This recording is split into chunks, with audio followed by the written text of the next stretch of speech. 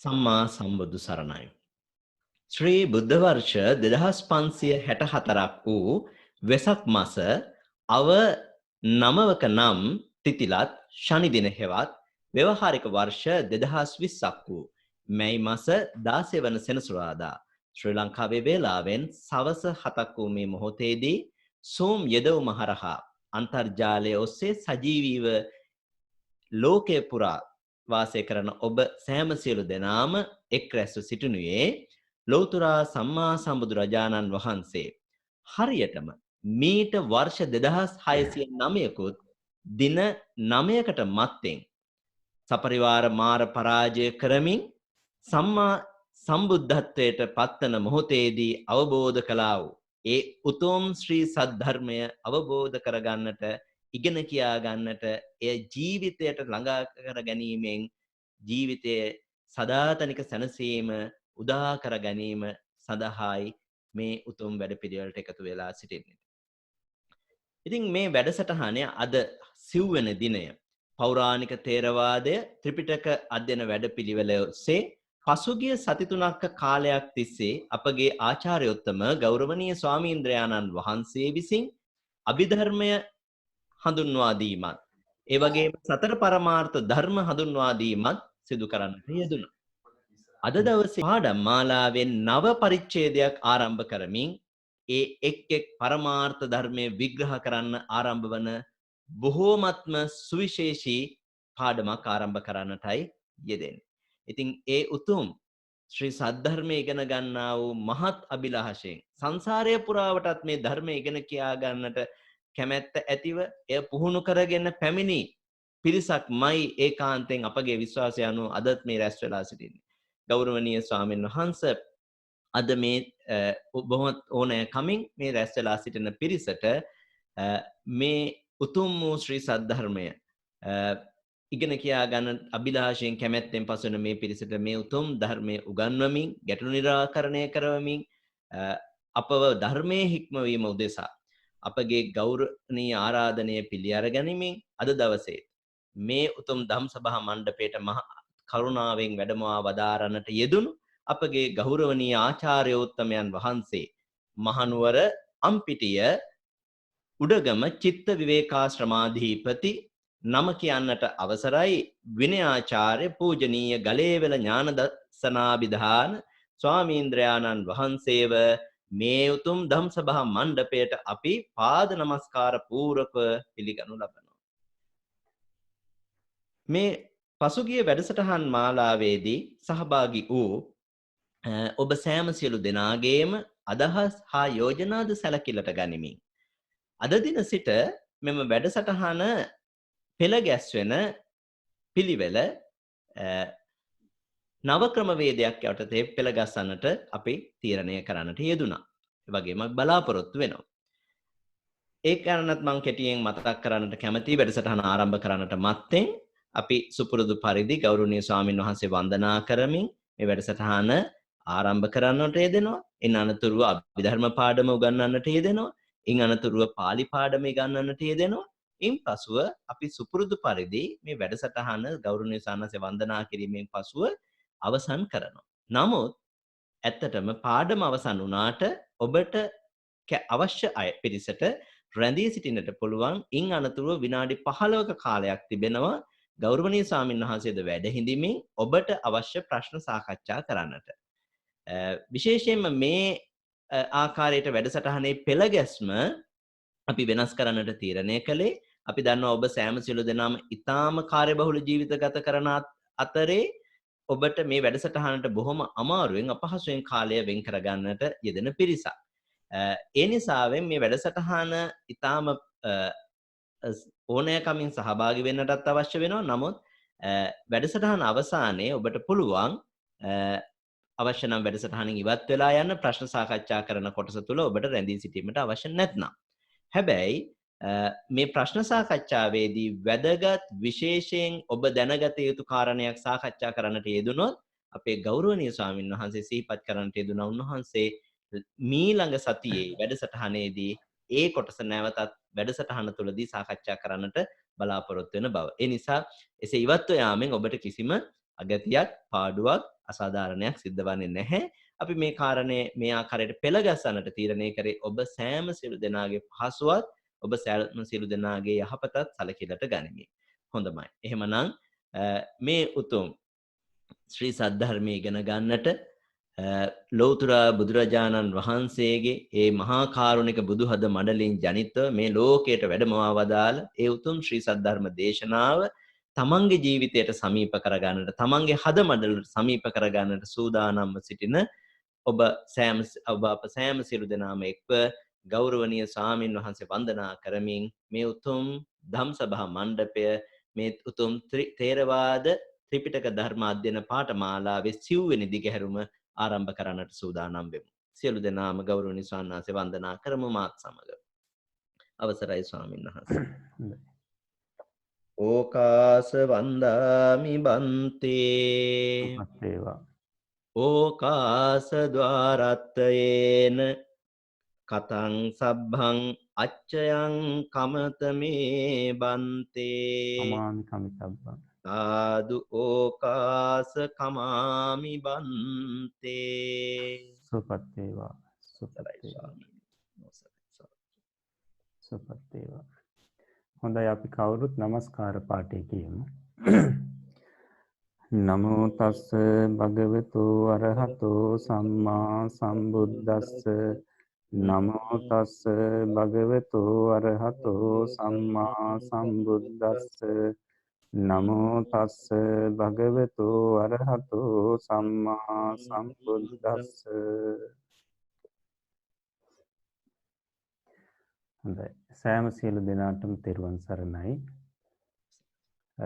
අපි මෙතෙක් වැඩසටහන් 3කදී අපි ධර්මයේ මූලික කොටස් යම් පමණකට අපි ඉගෙන ගත්තා. ඒවා නැවත කෙටියෙන් අපි මතක් කරගන්න ඕන නම් වටිනවා. මේ බුදුරජාණන් වහන්සේගේ මේ අභිධර්ම දේශනාව කියලා කියන්නේ පරමාර්ථ දේශනාවක්. එතකොට පරමාර්ථය සම්බන්ධයෙන් තමයි මේ අභිධර්මයේදී උන්වහන්සේ දේශනා කරන්නේ. එතකොට මේ පරමාර්ථය මොකක්ද කියන එක අපි මුලින් පැහැදිලි කරගන්න යෙදුණා.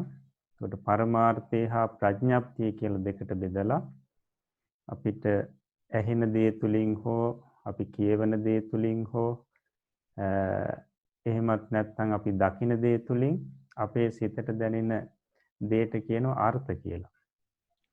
එතකොට මේ අර්ථ ආකාර දෙකයි. ඒ දෙකක් වෙන්නේ කොහොමද? ඒ දැනෙන අර්ථ දැනෙන දේ අතරින් සමහර ඒවා ඇත්තටම තියෙන දේවල්. සමහර අර්ථ තියෙනවා වගේ පෙනෙනවා හැබැයි විමසලා බලනකොට නැති වෙලා යනවා. එතකොට සැබෑවටම තියෙන අර්ථයට කිව්ව පරමාර්ථය කියලා. එතකොට සැබෑවටම නැති අර්ථයට ප්‍රඥප්තිය නැත්තම් හීනාර්ථය නැත්තම් සම්මුතිය කියලා කිව්වා. එතකොට මේ පරමාර්ථය හෝ පරමාර්ථයක් අපි වස්තුවක් ගත්තොත් ඒ වස්තුව පරමාර්ථයක්ද ප්‍රඥප්තියක්ද කියලා දැනගන්නට නම් ඒ වස්තුව බෙදා බලන්න කියලා කිව්වා.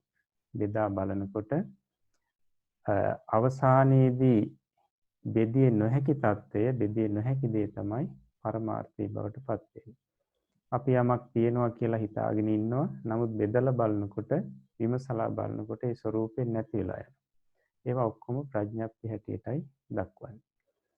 එතකොට මේ අපි පරමාර්ථය හා ප්‍රඥප්තියේදී අර බෙදාගත්තට පස්සේ අපි පරමාර්ථය හඳුනාගෙන එතනින්දලා කතා කරගෙන යන්නේ පරමාර්ථය ගැන. ප්‍රඥප්තිය ගැනත් අපිට ඉදිරියේදී අවසානයේ වගේ පාඩමක් එනවා.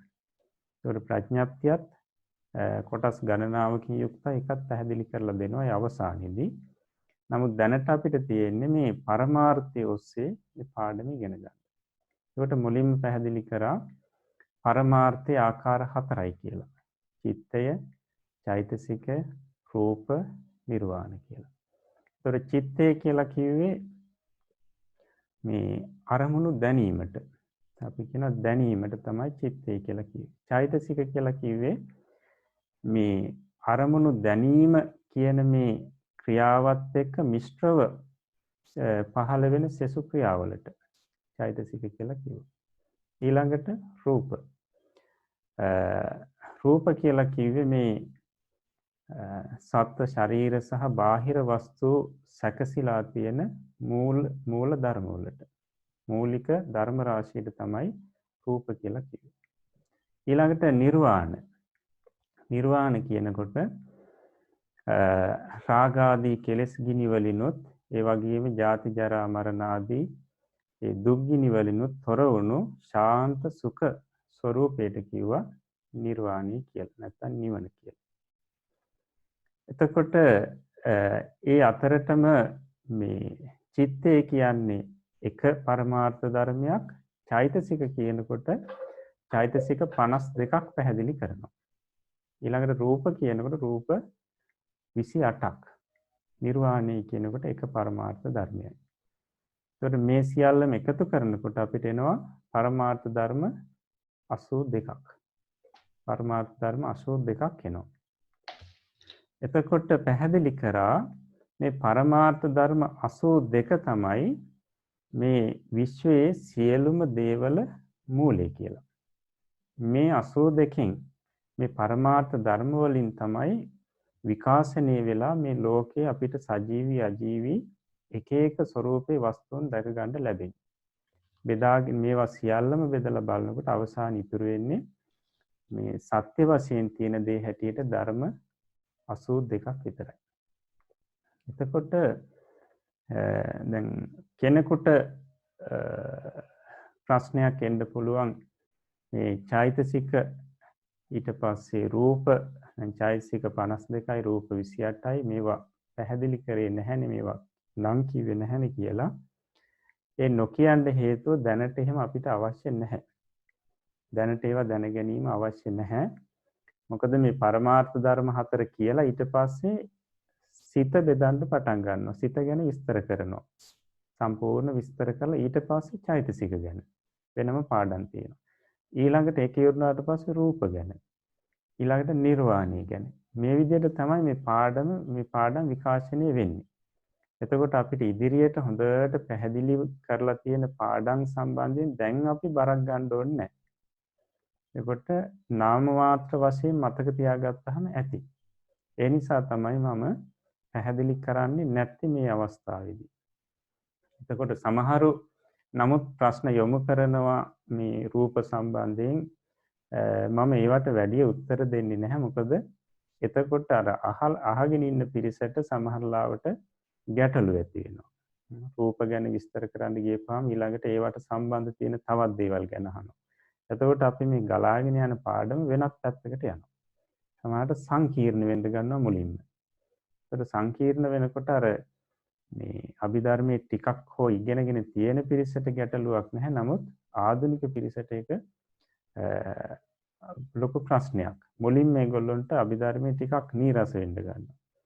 ඒ නිසා ඇත්තටම පරමාර්ථයේ ප්‍රඥප්තිය කියන්නේ මොකක්ද? ඊළඟට පරමාර්ථ ධර්ම කොපමණ ප්‍රමාණයක් තියෙනවද? ඊළඟට මේ පරමාර්ථ ධර්ම ගත්තහම නිර්වාණය හැර සෙසු චිත්ත චෛතසික රූප කියන මේ පරමාර්ථ ධර්මයන් මොහොතක් පාසා ඇතිව නැතිව යන ධර්ම කියන මෙන්න මේ විදිහට මේ මූලික කාරණා ටික දැනගත්තාම දැනට ඇති.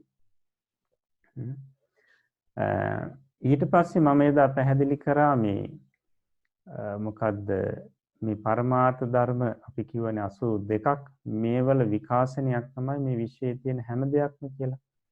දැන් එතනදී කෙනෙකුට ගැටලුවක් ඒ ගිය සතියේම ප්‍රශ්න ඉදිරිපත් කරනකොට ඇති වුණා. එතකොට අපිට දකින්න තියෙන සෑම වස්තුවකම ඔය පරමාර්ථ 82ේම සම්බන්ධයක් තියෙනවද කියලා. ඒක කෙටියෙන්ම කියනවා නම් එහෙම නැහැ. එතකොට අපි ඒක ඇත්තටම කිය යුත්තේ කොහොමද? මේ ලෝකයේ තියෙන සජීවී අජීවී සෑම වස්තුවකම මූල ස්වરૂපයන් සුදුසු පරිදි අර පරමාර්ථ ධර්ම 82කින් 82 යෙදිලා තමයි මේවා හැදිලා තියෙන්නේ කියලා. සුදුසු පරිදි කියලා කියනකොට සාමාන්‍යයෙන් අපි සිත් නැති වස්තු ගන්නකොට අචේතනික වස්තු ගත්තාම අපි මේසපුටු ආදී ඒවා හැදිලා තියෙන්නේ මේ චිත්තචෛසික නිර්වාණ සම්බන්ධයක් නැතුව. රූප ධර්මයන්ගේ විකාශනය. එතකොට සිත ඇති අපි ගත්තාන් තිරිසන් සත්ත්ව ඊට පස්සේ මිනිස්යෝ දෙවියෝ බ්‍රහ්මාදී මේ සත්‍යයන්ගේ මේ විකාශනයේදී අර චිත්ත චෛතසික රූප කියන මේ කොටස් තුනේම සුදුසු පරිදි සම්බන්ධයක් තියෙනවා. විකාශනයක් තියෙනවා. එතකොට අපි චෛතසික ගත්තාම චෛතසික හැම චෛතසිකයක්ම හැම කෙනාටම එකවර පහළ වෙන්නේ නැහැ. එතකොට නිවන කියලා කියන්නේ වෙනම පැත්තක්. එතකොට දැන් ගිය සැරේ ප්‍රශ්නෙත් උනේ මේ නිවනත් හැම ධර්මයකම එහෙමනම් කොටසක් බවට පත් වෙනවද කියලා. එහෙම වෙන්නේ නැහැ. නිවන කියලා කියන්නේ ඔය ලෝකෝත්තර සිත් අපි කෙටි ක්‍රමයෙන් නම් 8ක් කියනවා, දීර්ඝ ක්‍රමයෙන් 40ක් කියනවා. ඒ සිත්වල අරමුණක් පමණයි. ඒ සිත්වලට අරමුණු වෙනවා නිවන කියන මේ පරමාර්ථ ධර්මය. එතකොට නිවන කියන එක අපි වෙනම ඉගෙන ගත යුතු පරමාර්ථ ධර්මයක්. ඒ නිසා මේ පරමාර්ථ ධර්ම වල චිත්තචෛසික රූප කියන පරමාර්ථ ධර්මයන් සුදුසු පරිදි යෙදීමින් තමයි මේ ලෝකේ අපි දකින විශ්වයේ දකින මේ එක එක දේවල් වල නිර්මාණය සිද්ධ වෙලා තියෙන්නේ. ඒ ක්‍රමයෙන් අපි පැහැදිලි කරගත්තාම අපිට එතන ගැටලුවක් ඇති වෙන්නේ නැහැ. නමුත් ඉදිරි පාඩම් කරනකොට ඔය තියෙන ගැටලු විසඳෙනවා. එකම දේ තියෙන්නේ මට පැහැදිලි කරන්න දැන් ඔය Taman අහන සියලුම ප්‍රශ්න වලට උත්තර ඉදිරියේදී පාඩම් වල එනවා.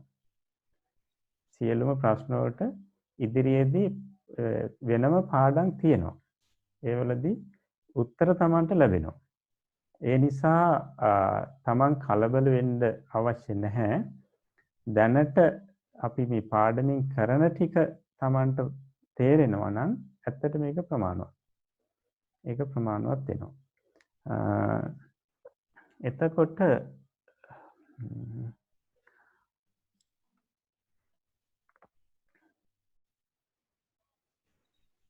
අපි එදා මතක් කරා මේ සංකත ධර්ම සහ අසංකත ධර්ම කියලා කියන්නේ මොනවද කියන එක. එතකොට ප්‍රත්‍යයන්ගෙන් හටගන්න ධර්ම වලට සංකත ධර්ම කියලා කිව්වා. එතකොට ප්‍රත්‍යයන් සම්බන්ධ නැතිව සමකල්ලි පවතින මේ නිර්වාණයට කිව්වා අසංකත ධර්මයක් කියලා. ඊට පස්සේ අපි පැහැදිලි කරා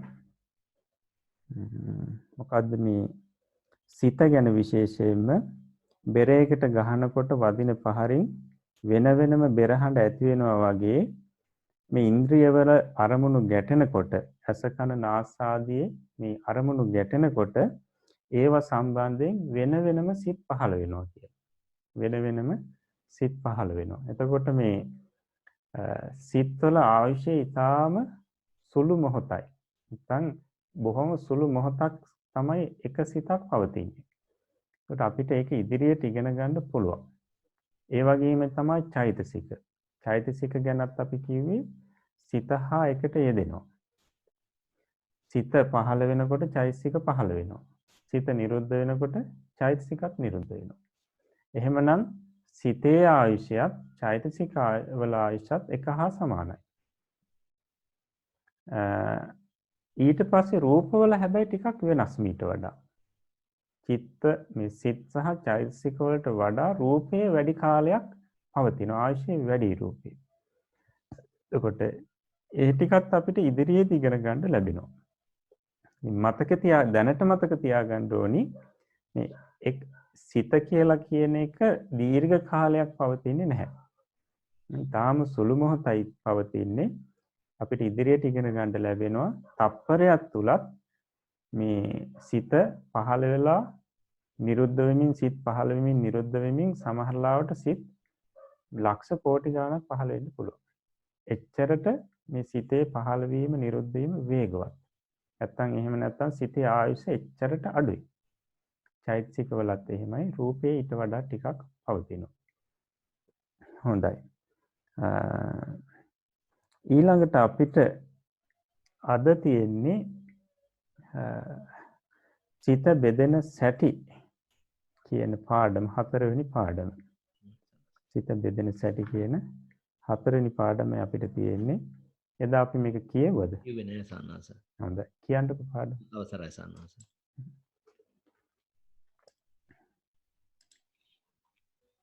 හොඳයි. 4 වන පාඩම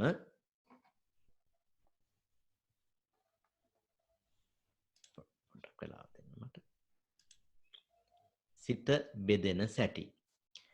චිත්තය, චෛතසිකය, රූපය, නිර්වාණය කියා පරමාර්ථ ධර්ම 4ක් ඇති බව ඉහත කියන ලදී. ඒ 4න් පළමු කොට උගත යුත්තේ සිත ගැනය. සිත සාමාන්‍යයෙන් එකකි. එහෙත් එය එකක් වශයෙන් ගෙන අභිධර්මය නූගන්විය හැකිය. සිතේ සැටි උගන්විය හැකි වනු පිණිස මේ ධර්මයේ එක් ක්‍රමයකින් එය 89කටද තවත් ක්‍රමයකින් 121කටද බෙදා තිබේ. සිත බෙදෙන්නේ භූමි, ජාති යනාදීන් ගෙනි. කාමාවචරාදී සිත් 4 කොටස. සාමාන්‍යයෙන් එකක් වූ කාමාවචර සිතය, රූපාවචර සිතය, අරූපාවචර සිතය, ලෝකෝත්තර සිතය කියා භූමීන්ගේ වශයෙන් 4කට බෙදනු ලැබේ. අපාය 4ය, මිනිස් ලොවය, දිව්‍ය ලෝක 6ය යන මේ භූමි 11ට කාම භූමියයි කියනු ලැබේ. ඒ 11 වැදෑරුම් කාම භූමියෙහි බොහෝ සෙයින් ඉපදීම නිසා කාම භූමියට අයත් වන සිත කාමාවචර නම් වේ. 15 වැදෑරුම් රූප භූමියෙහි බොහෝ සෙයින් ඉපදීම නිසා රූප භූමියට අයත් සිත රූපාවචර නම් වේ. අරූප භූමි 4හි බොහෝ සෙයින් ඉපදීම නිසා අරූප භූමියට අයත් වන සිත අරූපාවචර නම් වේ. ලෝකෝත්තර භූමියක් ගැන කියතත් ලෝකෝත්තර භූමියයි කියා තැනක් නැත. මේ චිත්ත විභාගයේදී ලෝකෝත්තර ධර්මයන්ටම ලෝකෝත්තර භූමියයි කියනු ලැබේ. කියන ලද භූමි 3ට අයත් නැති ලෝකෝත්තර භූමියට අයත් සිත ලෝකෝත්තර නම් වේ.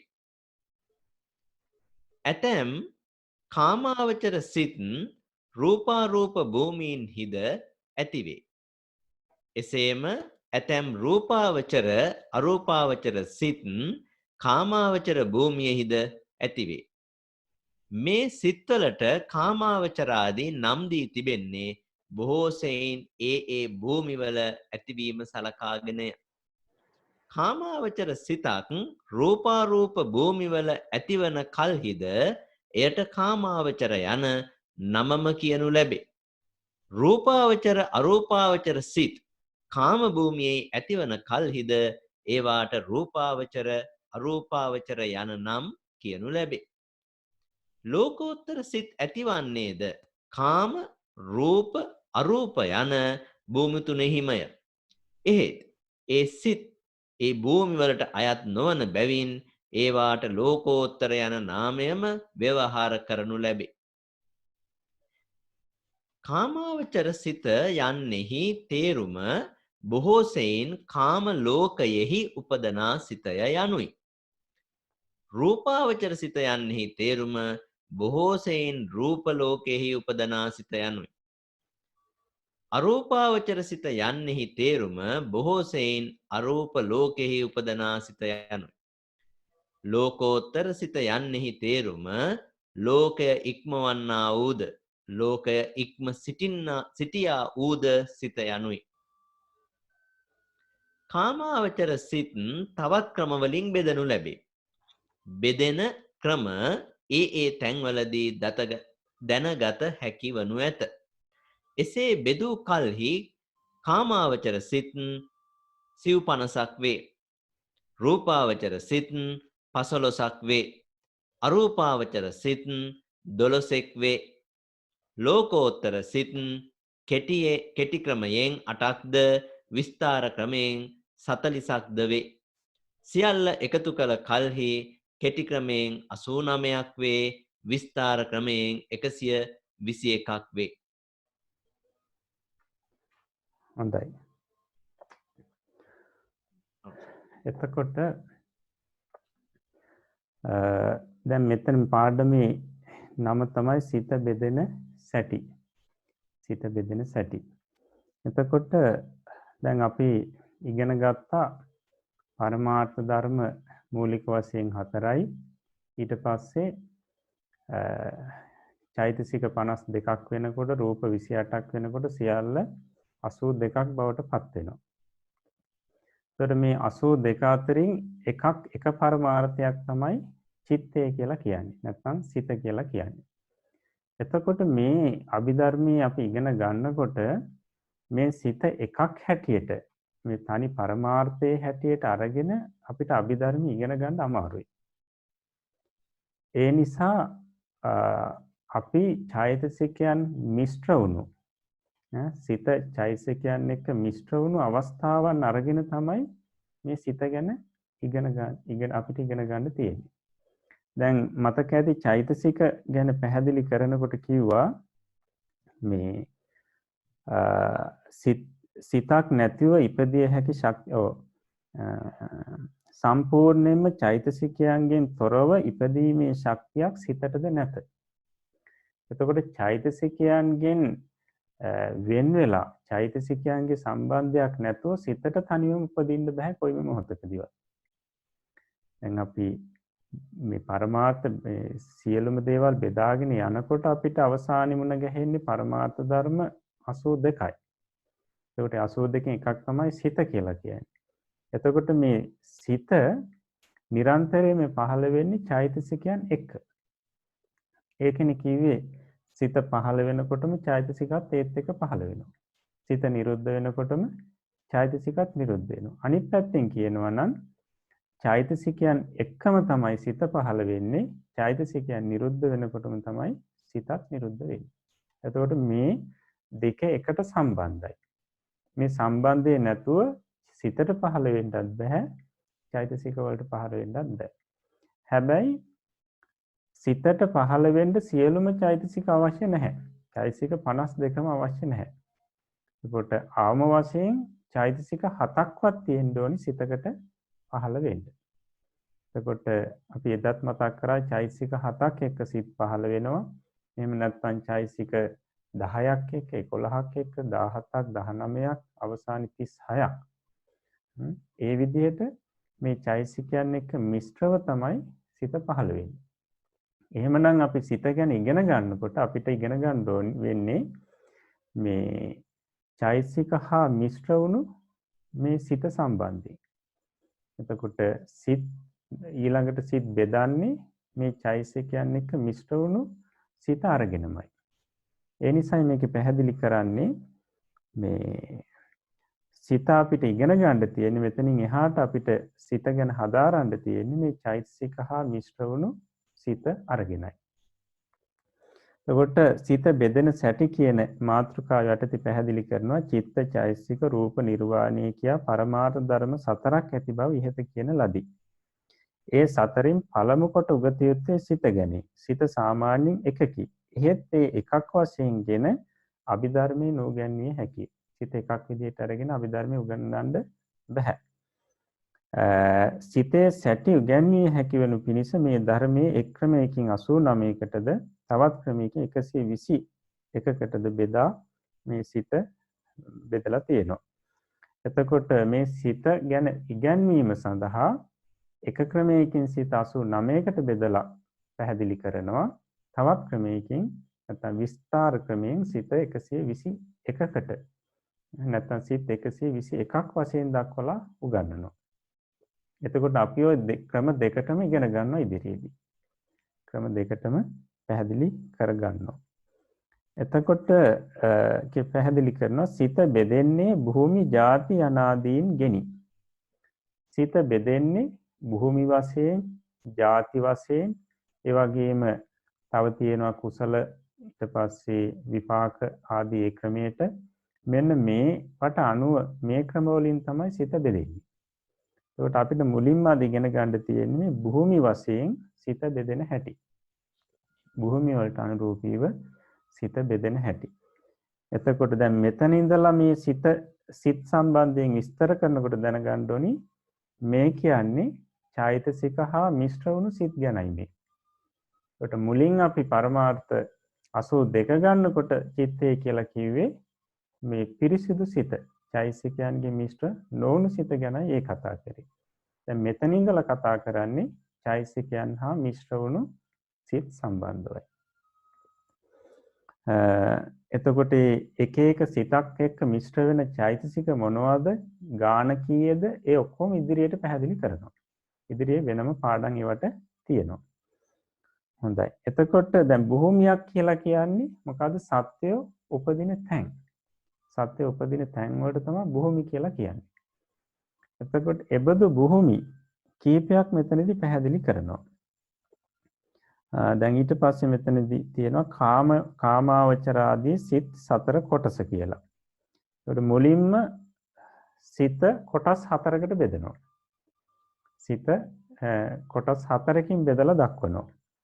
එතකොට දැන් අපිට තේරුම් ගන්න ඕනේ මේ සිත මේ විකාශනය ඒ කියන්නේ සිත මේ අපි එකක් කියලා ඉස්සලා ඉගෙන ගත්තා. දැන් ටික ටික මේ චෛතසිකයන් එක මිශ්‍ර වුණු සිත් වශයෙන් ගත්තාම මේවා වැඩි වෙන්න ගන්නවා. එතකොට සාමාන්‍යයෙන් එකක් වූ සිත කාමාවචර සිතේ, රූපාවචර සිතේ, අරූපාවචර සිතේ, ලෝකෝත්තර සිතේ කියා භූමීන්ගේ වශයෙන් 4කට බෙදනු ලැබේ. එතකොට මේ සිත පහළ වෙන ස්ථාන අනුව අන්න සිත කොටස් 4කට බෙදෙනවා. මුලින්ම පැහැදිලි කරනවා අපාය 4ය, මිනිස් ලෝකය, දිව්‍ය ලෝක 6 යන මේ භූමි 11ට කාම භූමියයි කියනු ලැබේ. ඒ 11 වැදෑරුම් කාම භූමියේ බොහෝසෙයින් ඉපදීම නිසා කාම භූමියට අයත් වන සිත කාමාවචර නම් වේ කියලා පැහැදිලි කරනවා. එතකොට කාම භූමිය දැන් මුලින්ම පැහැදිලි කරන්නේ කාම භූමිය ගැන. එතකොට බොහෝ දෙනෙක් අහලා තියෙනවා මේ කාම භූමිය කියලා කියන්නේ මොකක්ද කියලා. මෙතනදී පැහැදිලි කරනවා අපාය 4, මිනිස් ලොව, දිව්‍ය ලෝක 6. එතකොට ඔක්කොම තියෙනවා 11ක්.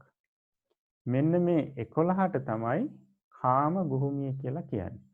විශේෂයෙන්ම මේ කාම සම්පත් බහුල වශයෙන් මේ භූමිය තුල තියෙනවා.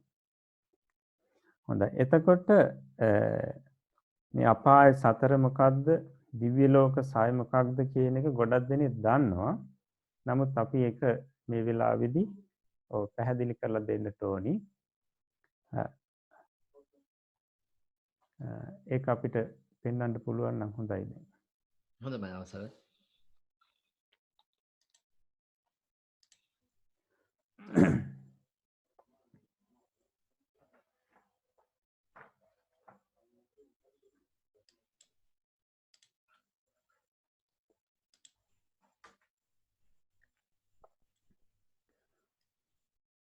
හොඳයි කාම භූමිය. ත්‍රිවිධ භූමි කියලා අපි ගන්නවා. ත්‍රිවිධ භූමි කියන්නේ කාම භූමිය, රූප භූමිය, වගේම අරූප භූමිය කියලා ගන්නෙ. ඒකෙන් පළවෙනි එක කාම භූමිය. මේක පැහැදිලි කරා 4 අපාය. ඊළඟට මේ 4 අපාය මොනවද? නරකය, ඊළඟට අපි කියනවා තිරිසන් අපාය කියලා දැන්ට අපි කියන්නේ. නමුත් ඒක පැහැදිලි කරන්නේ තිරිසන් යෝනිය කියලා. තිරිසන් අපායටම කියන නමක් මේ. ඊළඟට പ്രേත අපාය කියලා අපි කියනවානේ. එතකොට මේකෙදි පැහැදිලි කරන්නේ මේ ග්‍රන්ථවල එක പ്രേත විෂය කියලායි. പ്രേත අපායටම කියන නම. ඊළඟට අපි කියනවා අසුර අපාය කියලා. ඒ අසුර අපායටම කියන නමක් තමයි අසුර නිකාය කියලා. එතකොට 4 අපාය හැටියට ගන්නෙ එක නරකය, ඊළඟට 2 තිරිසන් යෝනි, එහෙම නැත්නම් තිරිසන් අපාය, 3 പ്രേත විෂය, එහෙම නැත්නම් പ്രേත අපාය. ඊළඟට 4 අසුර නිකාය. එහෙම නැත්නම් අසුර අපාය. ওই 4ට තමයි සතර අපාය කියලා කියන්නේ. ඊළඟට මිනිස් ලෝක මනුෂ්‍ය ලෝකේ. ඒක එකක්. ඊළඟට දිව්‍ය ලෝක 6. දිව්‍ය ලෝක 6. එතකොට දිව්‍ය ලෝක 6න් පළවෙනි එක චාතුරු මහා රාජිකය. දෙවෙනි එක තාවතින්සය. තුන්වෙනි එක යාමේ. හතරවෙනි එක තුෂිතය. 5 නිම්මාන රතිය. 6 පරනිම්මිත වශවර්තිය. එතකොට බලන්න අපාය 4යි, මනුෂ්‍ය ලෝකයයි, දිව්‍ය ලෝක 6යි. එතකොට ඔක්කොම වෙනවා 11ක්. මෙන්න මේ 11ට තමයි කාම භූමිය කියලා කියන්නේ. එතකොට 11 වැදෑරුම් කාම භූමිය. මේක පැහැදිලි කරන්නේ 11 වැදෑරුම් කාම භූමියේ බොහෝ සෙයින් ඉපදීම නිසා කාම භූමියට අයත් වන සිත කාමාවචර නම් වේ. මෙන්න මේ කියන 11 භූමියේ සත්‍යයන්ට බොහෝ සෙයින් පහළ වෙන නිසා ඒ සිතට කියනවා කාමාවචර සිත කියලා.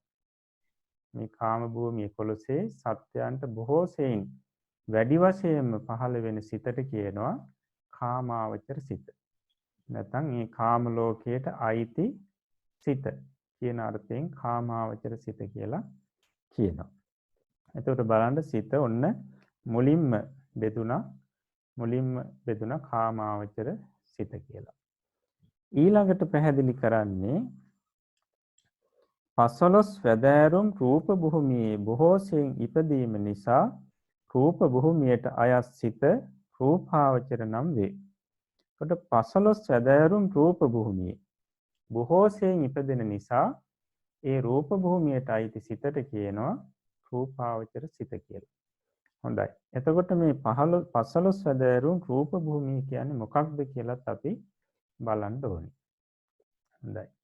එතකොට මෙතන දක්වලා තියෙනවා 16ක්. රූප භූමිය කියලා කියන්නේ මේ රූපාවචර බ්‍රහ්ම ලෝක වලට. ඊට පළවෙනි එක මොකද්ද? බ්‍රහ්ම පාරිසජ්ජය. දෙවෙනි එක බ්‍රහ්ම පුරෝහිතේ. ඊළඟට තුන්වෙනි එක මහා බ්‍රහ්මයේ.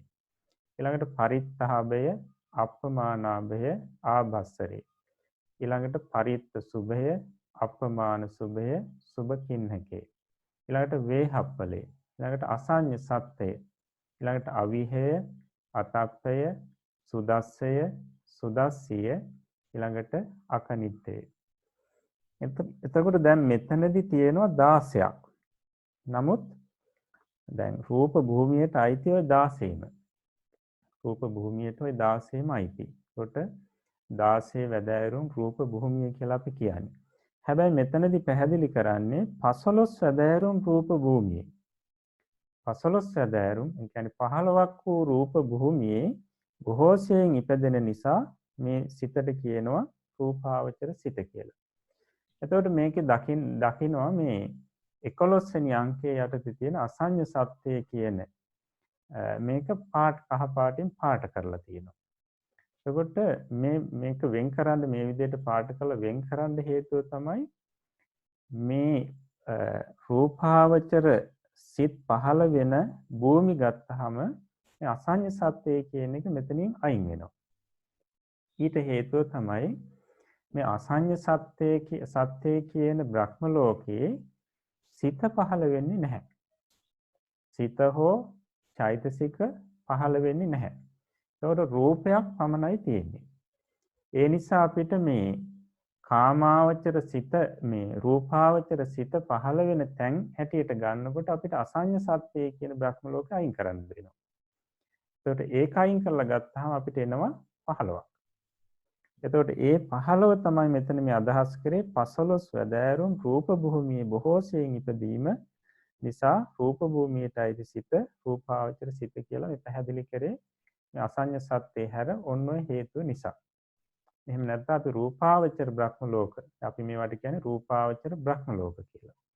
මේ බ්‍රහ්ම ලෝකවලදී මේ බ්‍රහ්ම ලෝක ගැන කතා කරනකොට 16ක් අයිති වෙනවා. හැබැයි එකක සිත් පහළ වෙන්නේ නැහැ. ඒ නිසා අපි අසඤ්ඤ සත්‍යය කියන එක මේ රූපාවචර සිත් පහළ වෙන බ්‍රහ්ම ලෝක වලින් අපි අයින් කරලා දානවා. හොඳයි. ඊළඟට අරූප භූමි සතරේ බොහෝසෙයින් ඉපදීම නිසා අරූප භූමියට අයත් වන සිතට අරූපාවචර සිත කියලා කියනවා. රූප භූමිය ගැන කියනකොට මෙන්න මේ බ්‍රහ්ම ලෝක 15 බොහෝසෙයින් මේ බ්‍රහ්මයන්ට පහළ වෙන සිත නිසා ඒ සිතට අපි කිව්වා රූපාවචර සිත කියලා. ඒකට අරූප භූමි ගත්තාම අරූප භූමි හතරක් තියෙනවා. මොකද්ද? 1 ආකාසානංචායතනෙ. 2 විඤ්ඤාණංචායතනෙ. 3 ආකින්චඤ්ඤායතනෙ. 4 නේව සංඥා නා සංඥායතනෙ. මේවා කියවන්න පුරු වෙන්න ඕනේ. පළවෙනි එක ආකාසානංචායතනෙ. 2 විඤ්ඤාණංචායතනෙ. 3 ආකින්චඤ්ඤායතනෙ. 4 නේව සංඥා නා සංඥායතනෙ.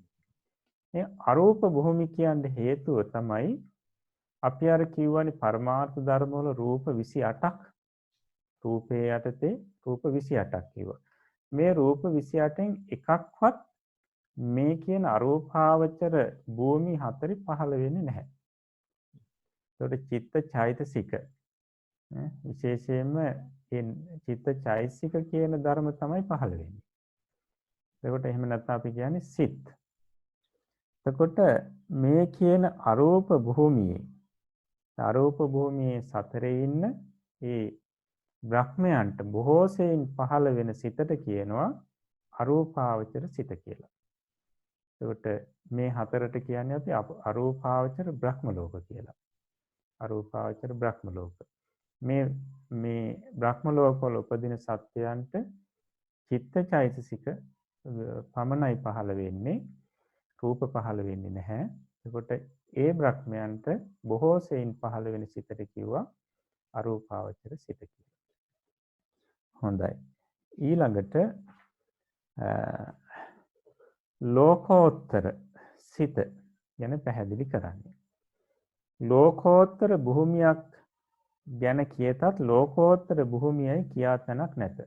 අපිට ඊට කලින් මේක පැහැදිලි කරන්න පොඩ්ඩක් පැහැදිලි කරන්න. දැන් ත්‍රිවිධ භූමිය කියලානේ කිව්වේ. කාම භූමිය, රූප භූමිය, අරූප භූමිය. එතකොට බලන්න කාම භූමිය කියනකොට 11ක් ලෝක භූමියයිති. රූප භූමිය කියනකොට මෙතන අසඤ්ඤ සත්‍යයත් එක්ක 16යි. අරූප භූමිය කියනකොට 4යි. මේ ඔක්කොම එක තියෙනකොට බලන්න 31ක් එනවා. 31ක් එනවා. එතකොට එතන 16ක් තියෙනවා රූප භූමියේ 16යි එතන අරූප භූමියේ 4යි එකතු වුනහම 20යි ඊළඟට කාම භූමියේ 11 එකතු වෙනකොට 31යි. එතකොට මේ 31ට මෙබඳු මේ ලෝක 31ට තමයි ඔය සක්වලක් කියලා කියන්නේ. එක සක්වලක් කියලා කියනවා. නැත්නම් ලෝක ධාතුවක් කියලා කියනවා. ලෝක ධාතුවක් කියනවා. එහෙම නැත්නම් සක්වලක් කියනවා. එතකොට මෙන්න මේ විදිහේ සක්වලවල් නැත්නම් ලෝක ධාතු 10000ක් තමයි අපේ බෝධිසත්වයන් වහන්සේ උප්පත්තිය ලැබෙන මොහොතේදී සැලවෙන්නේ. බුද්ධත්වයේ ලැබෙන මොහොතේදී සැලවෙන්නේ. මේ විදිහේ දසදහසක්. ඊට පස්සේ ධම්සක් පැවතුම් සූත්‍රයේ දේශනා කරනකොට සැලවෙන්නේ. එතකොට අපි කියන්නේ ලෝක ධාතු දසදහසක් සැලවෙනවා. ඒකට මතක තියාගන්න මේ 31 භූමියකට තමයි ලෝක ධාතුවක් නැත්නම් සක්වලක් කියලා කියනවා. හොඳයි.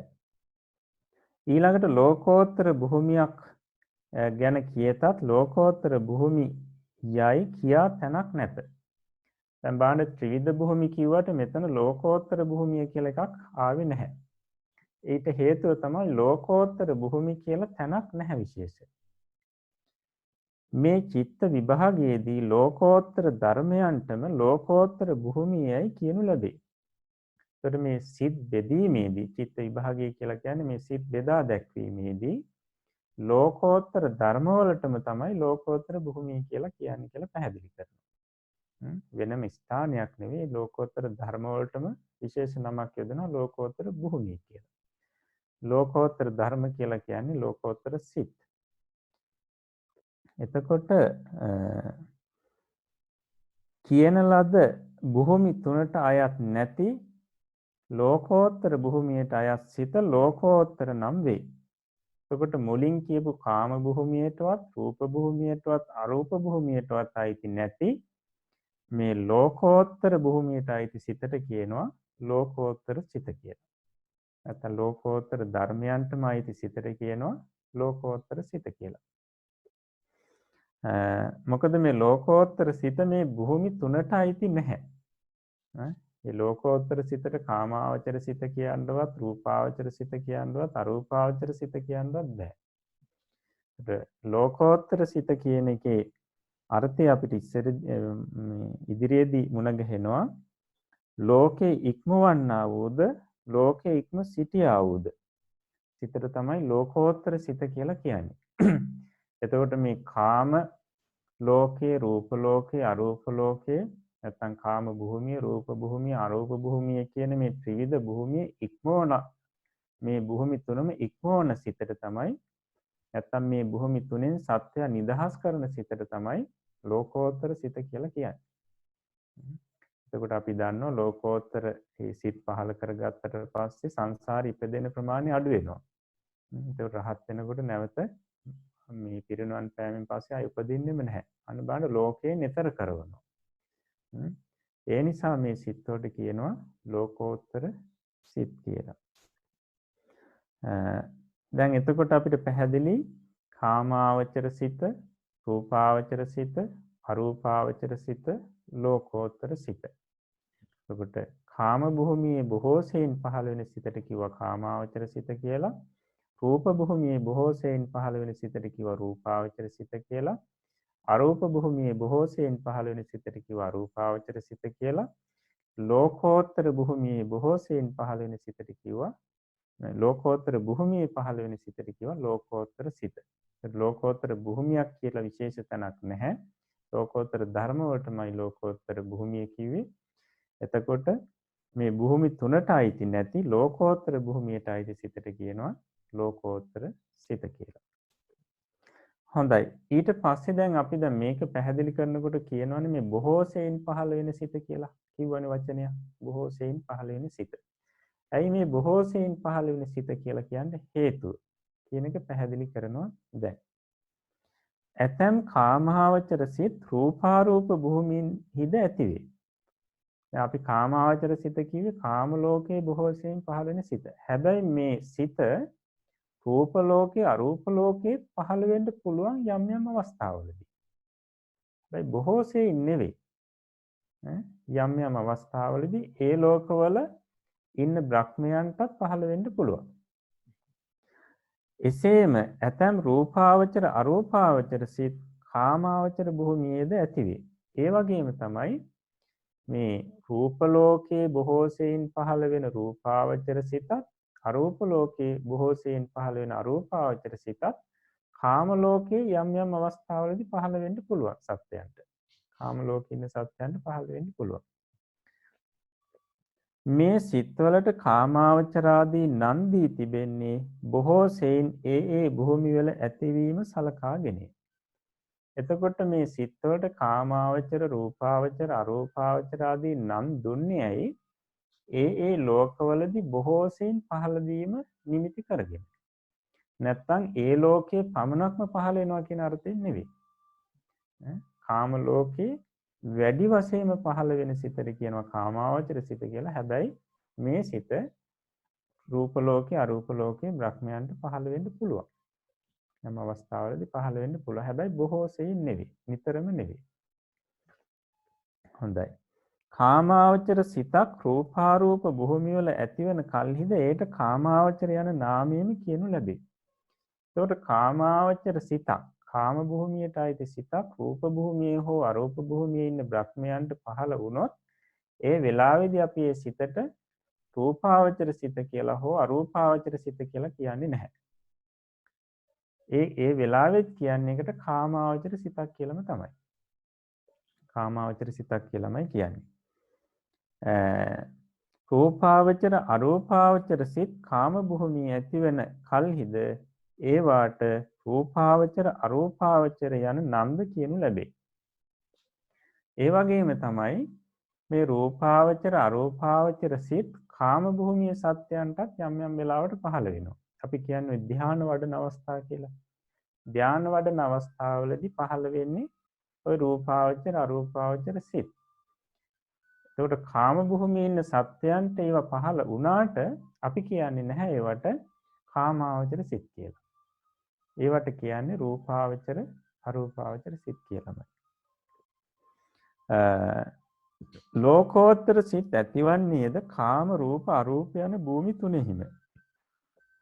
එතකොට මේ ලෝකෝත්තර සිත පහළ වෙන්නේ වෙනම තැනක නෙවෙයි මේ කාම රූප අරූප කියන භූමි තුනේම තමයි. ඒ තුනේ ඉන්න සත්‍යයන්ට. විදර්ශනා වඩාගෙන යනකොට මේ මාර්ග ඵල කියන අපි සිත් ඉදිරියට පැහැදිලි කරනවා. ඒවට තමයි ලෝකෝත්තර සිත කියන්නේ. මේවා පහළ වෙනවා.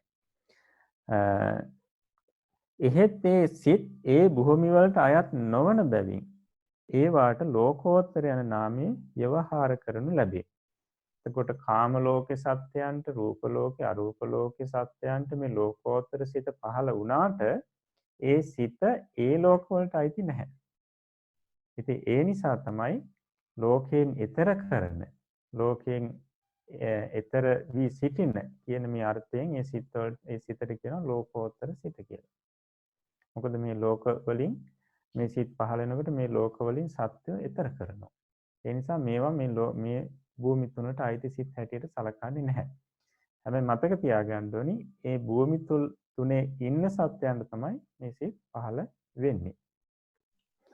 ඔන්න දැන් මේකේ සාරාංශගත කරලා මේක පැහැදිලි කරනවා. අපි මෙතෙක් කියපු කතාව කාමාවචර සිත යන්නේහි තේරුම බොහෝ සෙයින් කාම ලෝකයේ උපදනා සිත යනුයි. රූපාවචර සිත යන්නේහි තේරුම බොහෝ සෙයින් රූප ලෝකයේ උපදනා සිත යනුයි.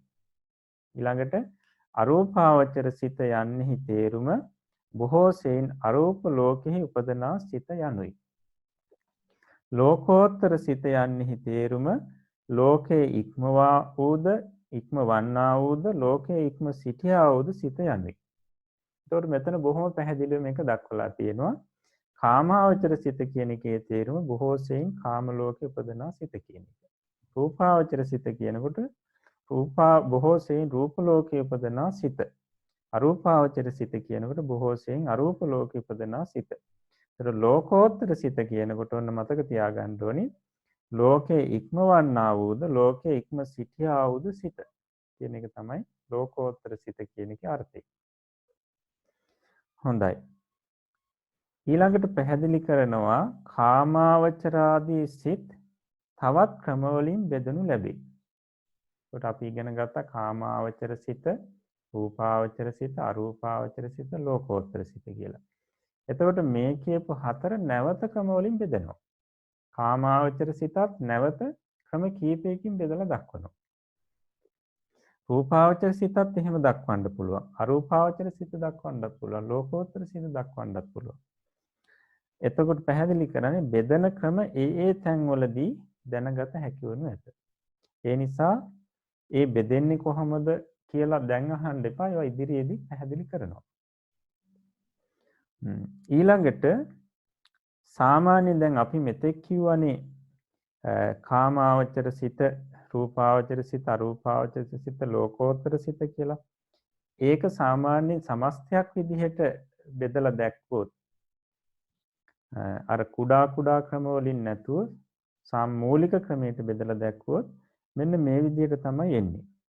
කාමාවචර සිත් 54ක් තියෙනවා. ඒ කියන්නේ කාම ලෝකයේ බොහෝ සෙයින් පහළ වෙන සිත් තියෙනවා 54ක්. ඊළඟට රූප ලෝකයේ බොහෝ සෙයින් පහළ වෙන සිත් තියෙනවා 15ක්. ඒවට අපි කියන්නේ රූපාවචර සිත් කියලා. ඊළඟට අරූප ලෝකයේ බොහෝ සෙයින් පහළ වෙන සිත් තියෙනවා 12ක්. ඊළඟට ලෝකෝත්තර සිත් තියෙනවා 8ක්. දැන් මෙන්න මේ ක්‍රමයෙන් තමයි මේ කාමාවචර සිත, රූපාවචර සිත, අරූපාවචර සිත, ලෝකෝත්තර සිත කියන එක මූලික වශයෙන් බෙදෙන්නේ. එතකොට අපිට ඒක දක්වන්න පුළුවන්. අපි මේකට කියන්නේ දැන් මේ මුල් බෙදීමට කියන්නේ මේ සාමාන්‍ය මේ කෙටි ක්‍රමයෙන් සිත බෙදා දැක්වීම කියන එකයි. බලන්න පුළුවන්. ඔන්න චිත්තය කෙටි ක්‍රමයෙන් බෙදෙන අයුරු. ඊට පස්සේ චිත්තය එහෙම නැත්නම් අපි සිත කියනවා. එතකොට ඔන්න කාමාවචර සිත. කාම ලෝකයේ බොහෝ සෙයින් ඇතිවීම නිමිති කරගෙන අපි කියවා කාමාවචර සිත කියලා. මේ කාම ලෝකයේ බොහෝ සෙයින් ඇති වෙන සිත් තියෙනවා 54ක්. එහෙම නැත්නම් අපි කියන්නේ සතර අපාය, දිව්‍ය ලෝක, මේ 6 මනුෂ්‍ය ලෝකයේ කියන මේ ලෝක 11 සත්‍යයන්ට බොහෝ සෙයින් පහළ වෙන සිත් තියෙනවා 54ක්. ඊළඟට රූපාවචර සිත් කිව්වා 15ක්. රූප අපි කිව්වා රූප භූමි තියෙනවා සාමාන්‍යයෙන් 16ක්. හැබැයි අපි එක රූප භූමියක සිත් පහළ වෙන්නේ නැහැ. නිසා අපි 15ක් ගත්තේ. ඒතකොට රූප භූමි 15 බොහෝ සෙයින් පහළ වෙන සිතට කිව්ව රූපාවචර සිත කියලා. අන්නේ රූප භූමියේ වාසය කරන බ්‍රහ්මයන්ට, භූමිය වල වාසය කරන බ්‍රහ්මයන්ට බොහෝ සෙයින් පහළ වෙන සිත් තියෙනවා 15ක්. 15ක්. ඊළඟට අරූපාවචර සිත. අරූපාවචර සිත කියලා කිව්වේ අරූප භූමි 4 බොහෝ සෙයින් පහළ වෙන සිත. ඒකට අරූප භූමි 4 ඉන්න අරූපාවචර බ්‍රහ්මයන්ට, අරූප බ්‍රහ්මයන්ට බොහෝ සෙයින් පහළ වෙන සිත් තියෙනවා 12ක්. ඊළඟට ලෝකෝත්තර සිත. අපි කිව්වේ ලෝකේ ඉක්මවන්නා වූ, ලෝකේ ඉක්ම සිටියා වූ සිතට කියවා ලෝකෝත්තර සිත කියලා. ඒකට ලෝකෝත්තර සිත් 8ක් තියෙනවා කෙටි ක්‍රමයෙන්. දැන් චිත්තේ කෙටි ක්‍රමයෙන් බෙදෙන අයුරු කියන මාතෘකාව යටතේ අපි පැහැදිලි කරේ. ඊළඟට චිත්තේ දීර්ඝ ක්‍රමයෙන් බෙදෙන අයුරු කියලා අපි පැහැදිලි කරනවා. තවත් තියෙනවා මේ ක්‍රමයක්. ඒකෙදි බලන්න මේ චිත්තේ විස්තර ක්‍රමයෙන් බෙදෙන අයුරු. එතකොට කාමාවචර සිත්වල වෙනසක් නැහැ. කාමාවචර සිත් තියෙන්නේ 54ක්මයි. ඊළඟට රූපාවචර සිතුත් 15යි. ඊළඟට අරූපාවචර සිත් 12යි. එතකොට මේ තුනේ වෙනසක් උනේ නැහැ. මූල ක්‍රමයට එක වෙනසක් උනේ නැහැ. ඊළඟට අවසානයේදී ලෝකෝත්තර සිත. ලෝකෝත්තර සිත 40යි. කියන්නේ 40ක් තියෙනවා. ලෝකෝත්තර සිත් 40යි. එතකොට බලන්න මුල් එකයි මේකයි දෙක බලනකොට වෙනස උනේ කොතනද? ලෝකෝත්තර සිත කියන තැන. එහෙනම් සිත කෙටි ක්‍රමයෙන් බෙදනකොට ලෝකෝත්තර සිත් ගැනෙන්නේ 8ක් හැටියට, සිත විස්තර ක්‍රමයෙන් බෙදනකොට, විස්තර ක්‍රමයෙන් බෙදනකොට ලෝකෝත්තර සිත් 40ක් එනවා. එහෙමනම් අපි සිත කෙටි ක්‍රමයෙන් බෙදන හැටි බලනකොට සම්පූර්ණ සිත් බලන්න කාමාවචර සිත් 54යි, රූපාවචර සිත් 15යි, අරූපාවචර සිත් 12යි, ඊළඟට ලෝකෝත්තර සිත් 8ක් හැටියට තමයි අපි කෙටි ක්‍රමයෙන් ගන්න. එතකොට ඒ ඔක්කොම එකතු වුනහම කීයද බලන්න 89ක් එනවා. 89ක් එනවා. ඊළඟට විස්තර ක්‍රමයෙන් බෙදනකොට කාමාවචර සිත් 54යි, රූපාවචර සිත් 15යි, අරූපාවචර සිත් 12යි, ලෝකෝත්තර සිත් 40යි. එතකොට බලන්න ඔක්කොම 121ක් එනවා. 121ක් එනවා. එතකොට මෙතන පැහැදිලි කරේ ඔන්න ඔකයි. සාමාන්‍යයෙන් මේ සිත කාමාවචර, රූපාවචර, අරූපාවචර, ලෝකෝත්තර වශයෙන් බෙදනකොට කාමාවචර සිත් 54යි, රූපාවචර සිත් 15යි, අරූපාවචර සිත් 12යි, ලෝකෝත්තර සිත් කෙටි ක්‍රමයෙන් 8ක් හැටියට ගන්නවා. එතකොට සියල්ල 89ක් එනවා. ඊළඟට විස්තර ක්‍රමය. විස්තර ක්‍රමයෙන් 40ක් දෙවි. විස්තර ක්‍රමයෙන් ලෝකෝත්තර සිත් 40ක් එනවා. එතකොට සියල්ලම එකතු කරාම 121ක් එනවා. එතකොට දැන් අපි මූලිකව ඔය සිත් 89 ක්‍රමයටත් අපි ඉගෙන ගන්නවා. ඊළඟට සිත් 121 ක්‍රමයටත් ඉගෙන ගන්නවා. එහෙමනම් අපිට මෙතන ඉඳලා සිත් 89ක් ගැනත් 121ක් ගැනත් ඉගෙන ගන්න තියෙනවා. මෙතන ඉඳලා තියෙන පාඩම් බොහෝ ප්‍රමාණයක්ම තියෙන්නේ ඔන්න ඔය සිතේ බෙදීම සම්බන්ධයෙන් විස්තර කරන පාඩම්. එතකොට දැන් ඔන්න ප්‍රශ්න ඉදිරිපත් කරලා තියෙනවා මෙතන. එතකොට මේ ප්‍රශ්න තමන් පොත්වල ලියාගෙන ඊළඟට මේවට උත්තර ලියන්න ඕනේ. ප්‍රශ්න වලට උත්තර ලියන්න. එතකොට අපි ඊළඟ දවසේදී පාඩම ආරම්භ වෙනකොටම මේ ප්‍රශ්න සාකච්ඡා කරලා තමයි පාඩම ආරම්භ කරන්නේ. එතකොට තමන් ලියපු උත්තරේ තමන් කියන්නේ ඒ වෙලාවේ. දැන් පළවෙනි ප්‍රශ්නේ බලන්න පරමාර්ථ සතර මොනවාද? පරමාර්ථ සතර මොනවාද කියලා අහලා. ඊළඟට සිත බෙදෙන්නේ කවර කරුණු වලින්ද?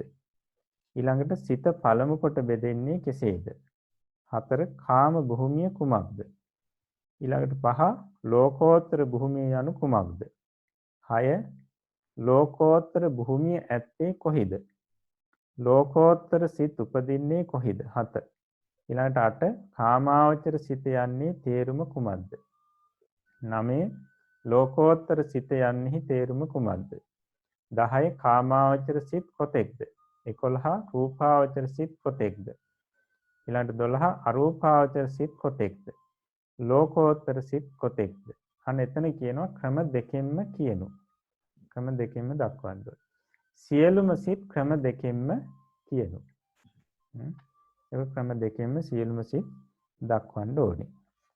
එතකොට මේ ප්‍රශ්න ටික සැකසීලා තියෙන්නේ මෙතෙක් අපි පාඩම් 4ක් කරානේ. මේ පාඩම් 4ම අලලලා තමයි මේ ප්‍රශ්න සැකසීලා තියෙන්නේ. ඒතර මේ ප්‍රශ්න වලට උත්තර ලියනකොට උත්තර ලියලා තියෙන හැටියෙන් අපිට තේරුම් ගන්න පුළුවන් මේ පාඩම් 4 පැහැදිලි වෙලා තියෙනවද නැද්ද කියන එක. ඒකට අපි ඊළඟ දවසේදී පාඩම ආරම්භ වෙනකොටම මේ ගැන අපි සාකච්ඡා කරනවා. ඊළඟට අපිට පස්වෙනි පාඩම තියෙන්නේ කාමාවචර සිත් සිව් 50. දැන් අපි ඉගෙන ගත්තනේ මේ මුලින්ම සිත කියන්නේ පරමාර්ථ ධර්ම වශයෙන් 4කට බෙදනකොට චිත්තේ එකක් හැටියට. ඊට පස්සේ එකක් හැටියට අපිට ඉගෙන ගන්න බෑ අභිධර්ම ඉගෙන ගන්නකොට සිත. ඊළඟට අපි මේක කොටස් 4කට බෙදාගත්තා. කාමාවචර සිත, රූපාවචර සිත, අරූපාවචර සිත, ලෝකෝත්තර සිත. ඒකට කාමාවචර සිත 54 ආකාරයි කිව්වා. අන්නේ 54 ආකාර සිත් ගැන තමයි දැන් මෙතන ඉඳලා පැහැදිලි කරන්නේ. එතකොට ඒකයි මේ මාතෘකාව තියෙන්නේ කාමාවචර සිත් සිව් 50. කියන්නේ 54. ඒ කාමාවචර සිත් 54 මුලින්ම එක එකක් ගානේ පැහැදිලි කරනවා. එතකොට අපි මේ පාඩම ඊළඟ සතිය අපිට සාකච්ඡා කරන්න පුළුවන්. අපි ඊළඟ සතියේ පාඩම සාකච්ඡා කරමු. එතකොට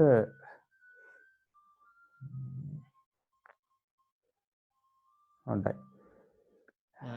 මම නැවත මතක් කරන්න තියෙන්නේ අපි දැන් මේ පාඩම් 4 මේ කියලා දුන්නු කරුණු Tamanට පැහැදිලි වෙනවා නම් ඒ හොඳටම ප්‍රමාණවත්. එතකොට අපි යම් පිරිස ඉදිරි පාඩම් සම්බන්ධයෙන් සමහර වෙලාවට ප්‍රශ්න අහනවා. එතකොට සමහර වෙලාවට අපිට අදහසක් එනවා අනේ අපිට මේ පාඩම් තේරුන්නේ නැද්ද එහෙමනම් කියලා. එතකොට එහෙම හිතන්න එපා. මෙන්න මේ කියලා දුන්නු ටික Tamanට වැටහුණා නම් ඒ හොඳටම ප්‍රමාණවත් අභිධර්මයේ එතෙන් ඉඳලා ඉස්සරහට අපිට ඉගෙනගෙන යන්න. අභිධර්මයේ ඉගෙන ගන්න ඒ හොඳටම ප්‍රමාණවත්. එතකොට එහෙමනම් අපි අභිධර්මයේ පාඩම අද මෙතකින් අවසන් කරනවා. ඊට පස්සේ අපි පාලි පාඩමට යමු.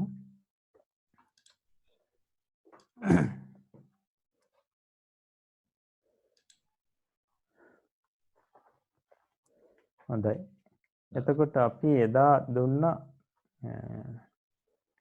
අංක 1 2 3 යටතේ පාලි වචන කීපයක් පාඩම් කරන්න. තේරුමත් එක්කම දුන්නා. එතකොට මේ අවස්ථාවේ දැන් අපි පාඩම් කරන්න දුන්නු නිසා ඒවා ඇත්තටම හැම කෙනාම පාඩම් කරන්න ඕනි මතකයේ තියෙන්න ඕනි. එතකොට මතකයේ නැත්නම් අපිට මේ පාලි භාෂාව ඉදිරියට ඉගෙන ගන්න අමාරුයි. පාලි භාෂාව ඉදිරියට ඉගෙන ගන්න අමාරුයි. ඒ නිසා දැන් එදා ඒ අංක 1 2 3 යටතේ අපි දුන්නු මේ දක්වපු පාලි වචන සහ තේරුම මේ වෙලාවේදී කවුරු හරි පොත ලියාගත් එක බලන්න නැතුව කටපාඩමින් කියන්න ඕනේ. පුළුවන් කාට හරි පුළුවන් නම් මේ වෙලාවේ ඒක කියන්න. මතකේ. කැමැත්තෙන් කියන ඉදිරිපත් වෙන කෙනෙක්ට පුළුවන් අපේ raise hand option එක පාවිච්චි කරන්න. එතකොට අපිට පුළුවන් ඔබගේ මයික්‍රොෆෝන් විවෘත කරන්න.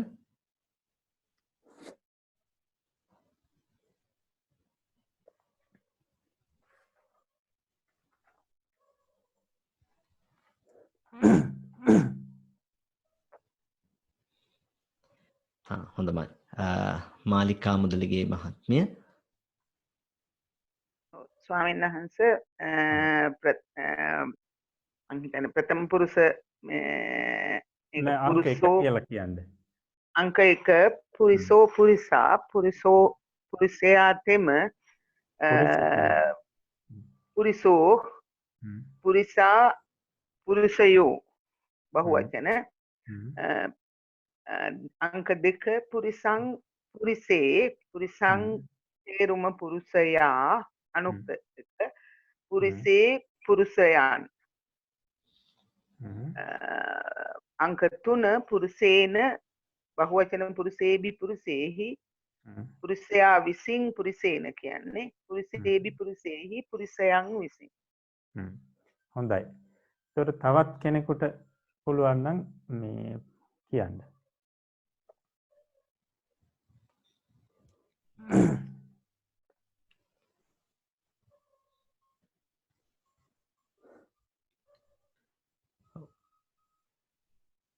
තවත් කවුරුන් හරි මේ විදිහට කියන්න බලාපොරොත්තු වෙනවා නම්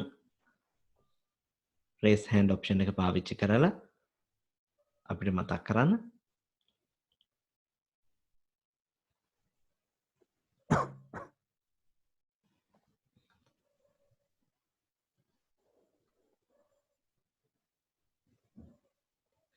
වෙනත් කෙනෙක් නැද්ද?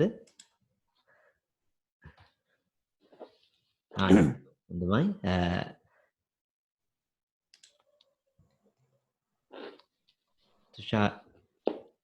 තත්සර හේරත් මහත්මයා. අවසරයි ස්වාමීන් වහන්සේ. හොඳයි කියන්න. අවසරයි ස්වාමීන් වහන්සේ. අංක 1 පුරිසෝ පුරිසා තේරුම පුරිෂතෙම පුරුෂයෝ. අංක 2 පුරිසං පුරිසේ සිංහල තේරුම පුරුෂයා පුරුෂයන්.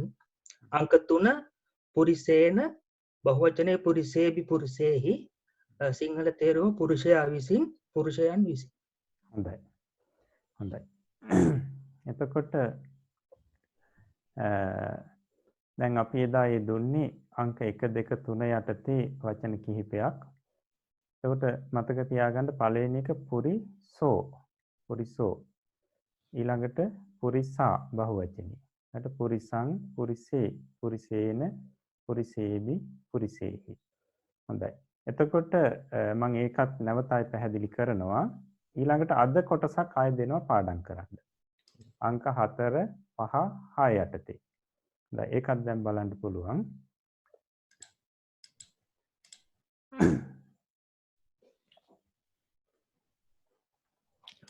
සමත් පොඩි වෙලාවක්. අපි අතර කතා කරමු දැන් අංක 3 යටතේ අපි කිව්වා පුරිසේන පුරිසේබි පුරිසේහි කියලා. එතන පුරිසේබි පුරිසේහි කියන්නේ එක වචනයක් නෙවෙයි වචන දෙකක්.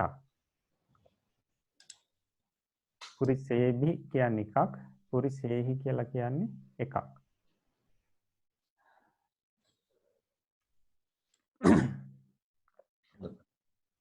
හොඳයි. එතකොට ඔන්න අංක 4 යටතේ ඒක වචන. යටතේ තියෙනවා පුරිසාය පුරිසස්ස. ඒක වචන දෙකක් මෙතන තියෙන්නේ. පුරිසාය පුරිසස්ස. ඒකට පුරිසාය කියන එකේ අදහසත් පුරුෂයාට, පුරිසස්ස කියන එකේ අදහසත් පුරුෂයාට කියන එකම තමයි. ඒකට මේ පුරුෂයාට කියන අර්ථයේ පද දෙකක් එනවා. පුරිසාය සහ පුරිසස්ස. ඊළඟට බහුවචනේ. පුරිසානං. එතකොට පුරුෂයන්ට බහුවචනයේට පද දෙකක් නැහැ එකයි තියෙන්නේ. පුරිසානං කියන්නේ පුරුෂයන්ට කියන අර්ථය. හොඳයි. ඊළඟට අංක 5 යටතේ පුරිසා, පුරිසම්හා, පුරිසස්මා පද තුනක් තියෙනවා. නාම පද තුනක්. ඒතර පුරිසා කිව්වත් අර්ථේ පුරුෂයා කෙරෙන්. පුරිසම්හා කියලා කිව්වත් අර්ථේ පුරුෂයා කෙරෙන්. පුරිසස්මා කියලා කිව්වත් අර්ථේ පුරුෂයා කෙරෙන්. එතකොට එක අර්ථයක කියන්නේ පද තුනක් තියෙනවා. ඊළඟට තියෙනවා පුරිසේභි, පුරිසේහි බහුවචනේ පද දෙකක්. එතකොට අපිට මතකයි තතියාවෙත් ওই විදිහටමයි තිබුණේ. තතියාව මේ තුන්වෙනි අංකයට තේ. ඒතකොට පුරිසේභි, පුරිසේහි. ඒතර පද දෙකක් තියෙනවා. පළවෙනි එක උච්චාරණය කරන්නේ පුරිසේභි කියලායි. මම එදත් මතක් කරා පුරිසෙබි කියලා නෙවෙයි කියන්නේ පුරිසේභි. ඊළඟට පුරිසේහි. එතකොට පුරිසේභි කිව්වත් අර්ථේ පුරුෂයන් කෙරෙන් කියන එක. ඊළඟට පුරිසේහි කියලා කිව්වත් අර්ථේ පුරුෂයන් කෙරෙන් කියන එක. හොඳයි. ඊළඟට අංක 6. පුරිසස්ස. පුරිසස්ස කියන එකේ අර්ථේ පුරුෂයාගේ කියන එක. පුරුෂයාගේ කියන අර්ථයට තියෙන්නේ පුරිසස්ස කියන පදේ විතරයි. ඊළඟට බහුවචන. පුරිසානං කියන්නේ පුරුෂයන්ගේ. පුරුෂයන්ගේ කියන අර්ථයට තියෙන පාලි පදේ තමයි පුරිසානං. හොඳයි. දැන් අපිට අර 1 2 3 අංක යටතේ තියෙන ටිකත් එක්කම බලන්න පුළුවන්. ඒකට ඔන්න පළවෙනි අංක යටතේ දා අපි කියලා දුන්නේ පුරිසෝ අර්ථේ පුරුෂ තෙම. එතකොට ඒක ඒ විදිහටම කියන්නේ පුරුෂයා තෙම කියන්න එපා. පුරුෂ තෙම කියලාම සිංහල තේරුම කියන්න ඕනි. ඊළඟට පුරිසා පුරුෂයෝ බහුවචන. ඊළඟට දෙවෙනි අංක යටතේ පුරිසං පුරුෂයා. ඊළඟට බහුවචනේ පුරිසේ පුරුෂයන් පුරුෂයන් කියන එක. බලන්න උඩ එකයි යට එකයි ඒ කියන්නේ බහුවචන වල පළවෙනි අංකයේ යටතේ තියෙන පුරුෂයෝ, දෙවෙනි අංකයේ යටතේ තියෙන්නේ සිංහල තේරුම පුරුෂයන් කියලා. එතකොට ඒක ඒ විදිහටම කියන්න ඕනේ. අර තුන්වෙනි අංකයේ යටතේ තියෙන පුරිසේන. මේකත් මතක තියාගන්න ඕනේ විශේෂයෙන්ම පුරිසෙන කියලා නෙවෙයි අපි කියන්නේ පුරිසේන. පුරුෂයා විසින්. අර්ථය පුරුෂයා විසින්. ඊළඟට බහුවචනේ පුරිසේභි, පුරිසේහි බහුවචන දෙකක් තියෙනවා. එතකොට පුරිසේභි කිව්වත් පුරුෂයා මේ පුරුෂයන් විසින්, පුරිසේහි කිව්වත් පුරුෂයන් විසින්. හොඳයි. එතකොට අපිට බලන්න පුළුවන් අද දුන්නු ටික පුරිසාය, පුරිසස්ස පුරුෂයාට. ඊළඟට පුරිසානං පුරුෂයන්ට බහුවචනේ. ඊළඟට 5 පුරිසා, පුරිසම්හා, පුරිසස්මා පුරුෂයා කෙරෙන්. ඊළඟට බහුවචනේ බහුවචන දෙකක් එනවා. පුරිසේභි, පුරිසේහි පුරුෂයන් කෙරෙන්. ඊළඟට 6 පුරිසස්ස පුරුෂයාගේ. ඊළඟට බහුවචනේ පුරිසානං පුරුෂයන්ගේ. හොඳයි. එතකොට උච්චාරණය කරන ක්‍රමය හොඳට මතක තියාගන්න. ඒ වගේම තේරුමත් හොඳට මතකයේ තියාගන්න ඕනේ. එතකොට අපි අදත් තව පද 3ක් දුන්නා. එතකොට ඊළඟ දවසෙත් අපි මේක පාඩම් ගන්නවා. එතකොට ඒ පාඩම් දෙනකොට මේ අංක 1 ඉඳලම 6 දක්වා පාඩම් ගන්නවා. ඒ නිසා කවුරුත් පාඩම් කරගන්න ඕනි අර්ථයත් එක්ක. මොකද දැන් මේ තව අංක 3ක් එකතු වෙනකොට මේක සම්පූර්ණ වෙනවා. මේ පුරිස කියන શબ્දේ ඒ සියලුම පද සම්පූර්ණ වෙනවා. ඒ සම්පූර්ණ වුණාට පස්සේ ඒ සැකිල්ලේ ඔය කියන සැකිල්ලේ මත පිහිටාගෙන තමයි තව පද 100 ගණනක් අපිට හදන්න තියෙන්නේ. 100 ගණනක් අපිට දැනගන්න තියෙන්නේ ඔන්න ඔය සැකිල්ලේ පිහිටාගෙන. ඒ නිසා පළවෙනි එක අපි හරියටම පාඩම් කරා නම්, හරියටම අර්ථය දැනගත්තා නම් ඊළඟට පද 100ක් 1000ක් දුන්නත් අපිට ක්ෂණිකව ඉක්මනින් ඒ පද මේ බෙදලා තේරුම දැනගන්න පුළුවන්. ඉතින් ඒ නිසා කවුරුත් ඔය ටික පාඩම් කරගන්න ඕනි.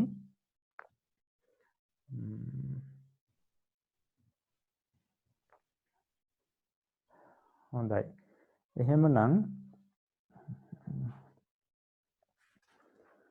එහෙමනම් අපි අද අපේ වැඩසටහන මෙතකින් හමාර කරනවා.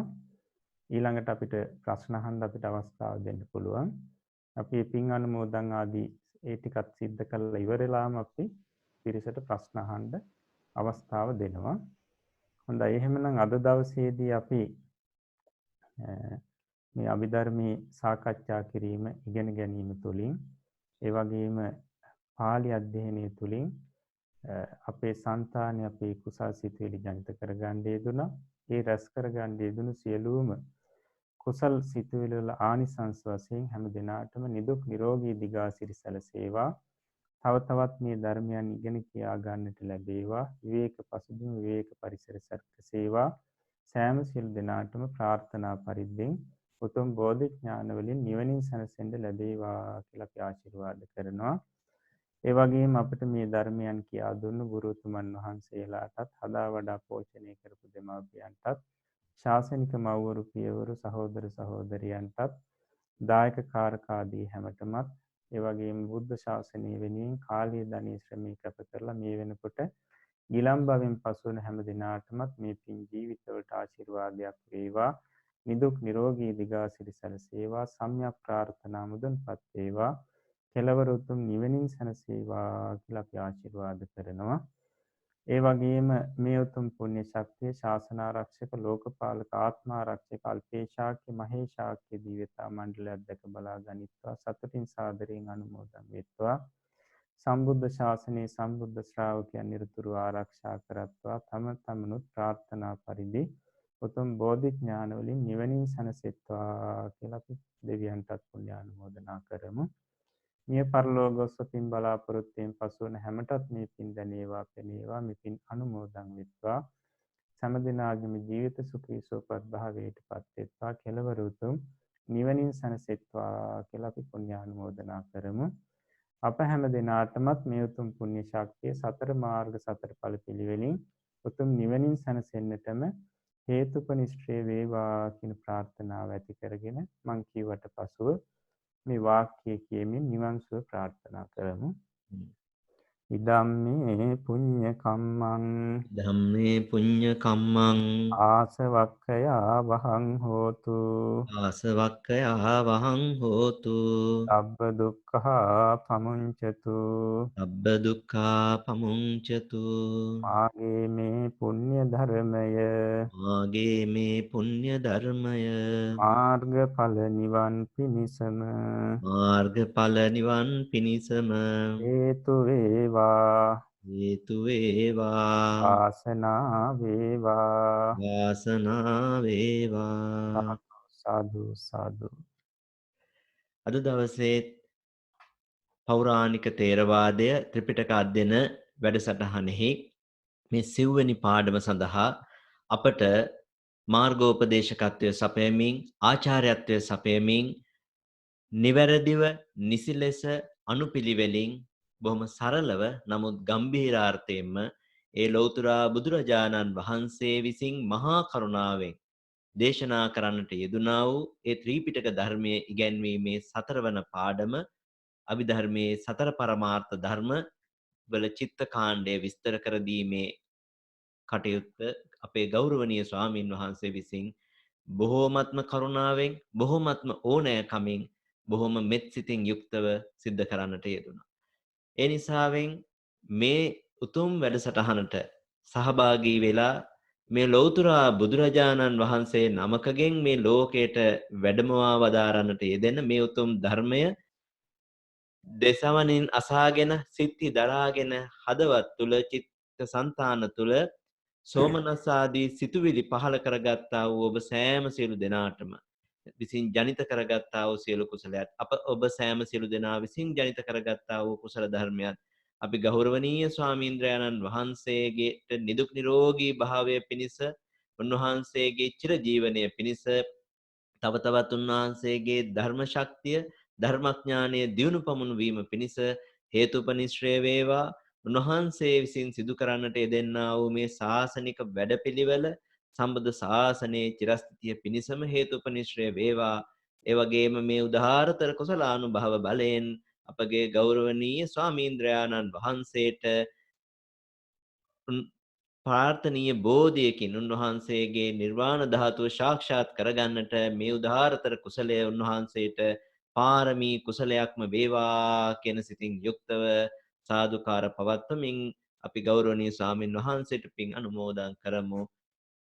ඒ වගේම මේ උදාාරතර පින්කම සාර්ථක කරගන්නට අප සමග එක්වෙමින් දින ගණනාවක් මුළුල්ලේ මේ වැඩසටහන ආරම්භ කළ දා පටන් අද මේ මොහොත දක්වාම දින ගණනාවක් මුළුල්ලේ නිදි වර්ජිතව බොහෝම වෙහෙස මහන්සි වෙමින් මේ තිරයෙන් පසුපස සිඳමින් වැඩ කටයුතු කරන්නා වූ සංවිධායක පිරිසක් ඉන්නවා, උදව් උපකාර කරන පිරිසක් ඉන්නවා. ඒ සෑම සිළු දෙනාටමත් මේ උදාාරතර කුසලානුභව බලයෙන් නිදුක් නිරෝගී චිර ජීවනයේ සැලසේවා, කායික මානසික සුවපත් භාවය ලැබේවා, ධර්මානුධර්ම ප්‍රතිපදාව සෝසේම වඩාගෙන ප්‍රාර්ථනීය බෝධියකින් නිවන් අවබෝධ කරගන්න මේ උදාාරතර පින්කම හේතුපනිශ්‍රය වේවා කියලා අපි සෑම දෙනාම ප්‍රාර්ථනා කරමු. ඒ වගේම මෙවන් උතුම් වැඩසටහන් සුවසේ සාර්ථකව සිද්ධ කරගන්න ලැබෙන්නේ මේ සත්පුරුෂ ඔබ අප සෑම සිළු දෙනා නිසා. බොහොම ශ්‍රද්ධාවෙන් යුක්තව, බොහෝම ගෞරවයෙන් යුක්තව ධම්සභා මණ්ඩපයක සජීවීවම තමන් කායිකව සිටින්නාක් මෙන් හදවතින් මානසික ඒකාග්‍රතාවයෙන් යුක්තවම මේ ධර්මයට සිත් යොමු කරගෙන මේ වැඩසටහනට සම්බන්ධ වෙන නිසා. ඒ නිසා ඔබ අප සෑම සියලු දෙනාටම ඒ වගේම මේ වැඩසටහන මේ සම්බන්ධ වෙන පිරිස මේ අප දන්නා පිරිස, නමුත් අපට ඇසට නොපෙනෙන්නා වූ සත්ව ප්‍රජාව, අනන්ත අපරිමාණ ප්‍රජාවක් මේ ධර්ම වැඩසටහනට මේ ධර්මය ඉගෙන කියා ගන්න, ශ්‍රවණය කරන්න ඒකාන්තයෙන් විවිධ තැන්වල ඉඳගෙන රැස් වෙනවා ඇති. ඒ සියලු දෙනා විසින් ජනිත කර කුසලානුභව බලයෙන්ුත් ඔබ අප සෑම සියලු දෙනාටම මේ උදාාරතර පින්කම සුවසේම පාරමී පූර්ණය කර ගැනීම පිණිස, නිර්වාණ ධාතුව සාක්ෂාත් කර ගැනීම පිණිස, කායික මානසික සැනසෙල්ල පිණිස හේතුපනිශ්‍රය වේවා කියලා අපි ප්‍රාර්ථනා කරමු. කරමින් වැඩසටහන අවසන් වැඩසටහනේ අධ්‍යයන කොටස අවසන් කිරීම සඳහා ගෞරවනීය ස්වාමින් වහන්සේත් වන්දනා කරමු. සියලු දෙනාම එක්ව මා සමග ගෞරවනීය ස්වාමීන් වහන්සේ වන්දනා කරන්න. අවසරයි ස්වාමීන්.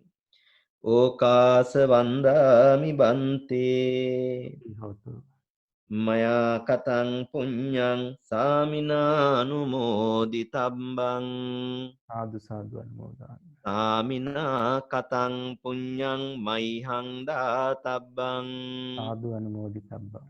සාදු සාදු අනුමෝදාමි. ඕකාස ద్వාරත්තයේන කතං සබ්බං අච්චයං කමත මේ බන්තේ කමාමි කමිතබ්බ.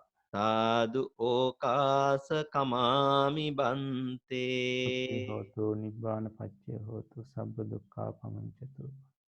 සීලවන්තං ගුණවන්තං පුඤ්ඤක්කෙත්තං අනුත්තරං දුර්ලභේන මයා ලද්දං බුද්ධ පුත්තං නමාමහං. සුපත් වේවා සුපත්